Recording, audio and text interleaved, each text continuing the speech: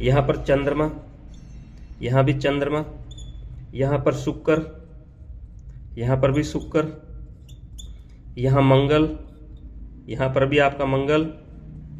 ज्योतिष के सभी शास्त्र आपस में जुड़े हुए हैं, चाहे कोई भी हो। यहाँ पर आप देख लीजिएगा, वास्तु शास्त्र जो है यह मनुष्य से जुड़ा है, मनुष्य ग्रहों से जुड़ा है, ग्रह कुंडली से जुड़े हैं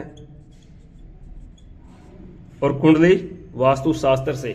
हम इन चीजों को समझेंगे कि यह किस प्रकार आपस में जुड़े हुए हैं। इस चीज को समझने के लिए सबसे पहले हम एक कुंडली बना लेते हैं। यहां पर आपने यह चीज ध्यान से देखनी है, यह किस प्रकार जुड़े हुए हैं। चाहे कोई भी शास्त्र हो, वह सभी आपस में जुड़े हुए हैं और सभी के जो परिणाम है लगभग सेम ही होते हैं। जैसे यहाँ पर यह जो इसका पहला भाग है, यह दूसरा, तीसरा, चौथा, 5, 6, 7, 8, 9, 10, 11, 12।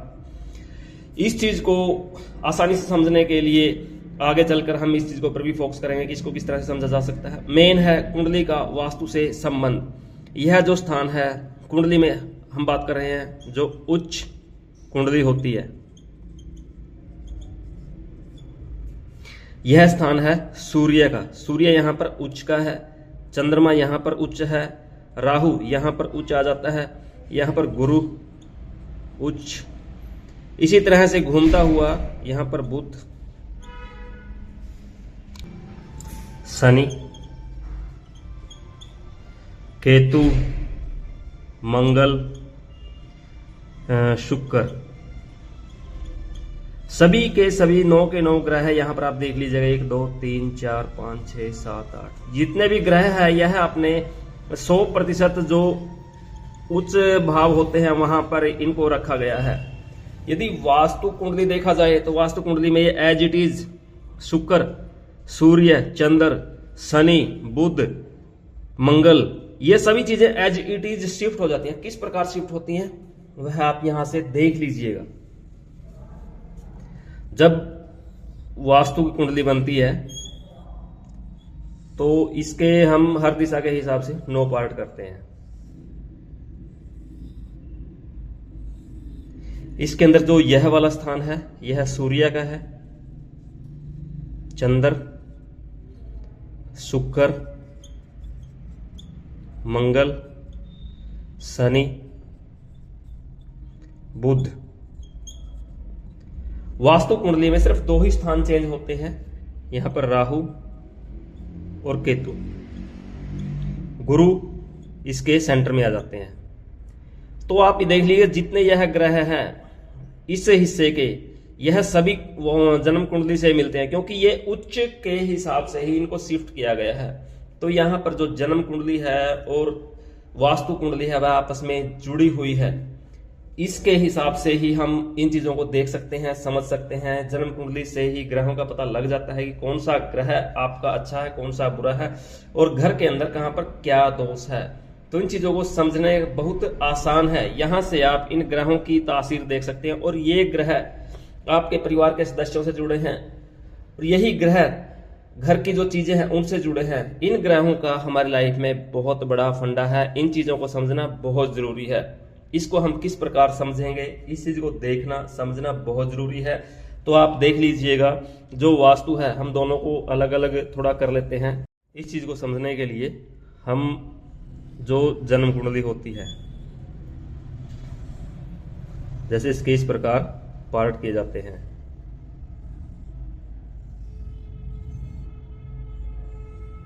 और वास्तु शास्त्र के अंदर इसके यहां से पार्ट किए जाते हैं।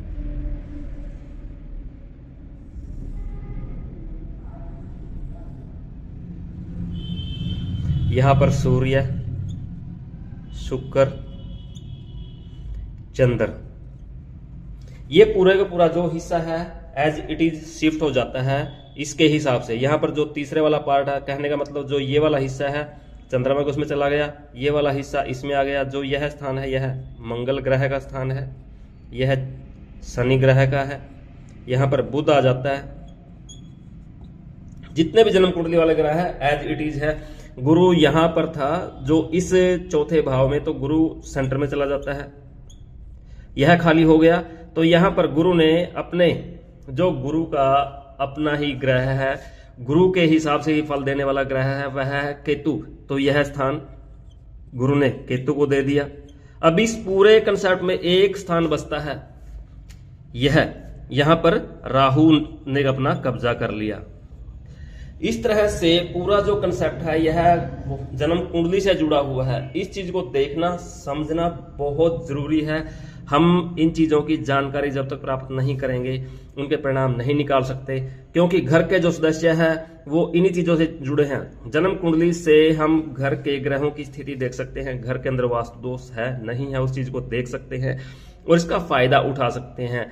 क्योंकि हर एक चीज, जैसे यहां से देखा जाए, चंद्रमा का संबंध माता से, सूर्य का संबंध बेटे से, शुक्र का संबंध पत्नी से, मंगल का भाई से, राहु का धन संपत्ति माया से, शनि का संबंध रिश्तेदारों से, बुध का संबंध बहन बेटी से, केतु का संबंध बच्चों से। तो यह चीजें आपस में पूरी तरह से कनेक्टेड हैं। इन चीजों को समझना देखना बहुत जरूरी है।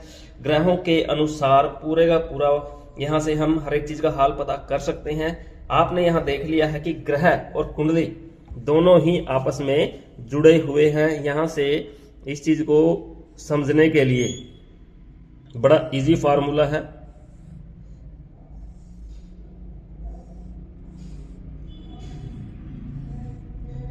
सूर्य, यदि हम इसमें देखें यहां पर वास्तु कुंडली,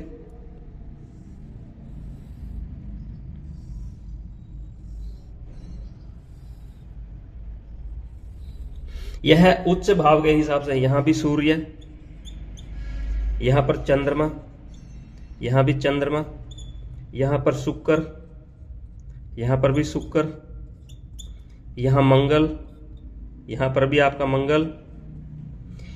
अब इसका जो ये वाला सेंटर वाला पॉइंट है यहां पर आ जाता है शनि, यहां पर भी शनि, यहां बुध, यहां पर भी बुध। अब इस कुंडली में जो यह स्थान गुरु का है और यहां पर यह है राहु का, केतु का स्थान यहां पर आता है, क्योंकि राहु केतु हमेशा एक दूसरे के सामने रहते हैं। तो यहां से जब गुरु अपना स्थान छोड़ रहा है, क्योंकि गुरु वास्तु के अंदर सेंटर वाले पॉइंट में आते हैं,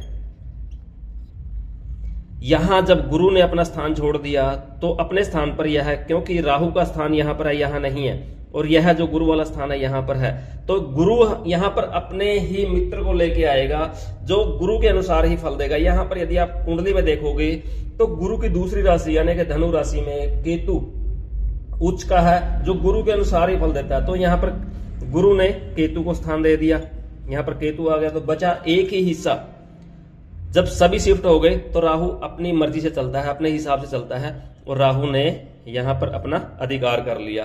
तो ये सभी चीजें आपस में जुड़ी हुई हैं, और कुंडली के अंदर जितने भी ग्रह हैं वह परिवार के सदस्यों से जुड़े हैं। किस प्रकार जुड़े हैं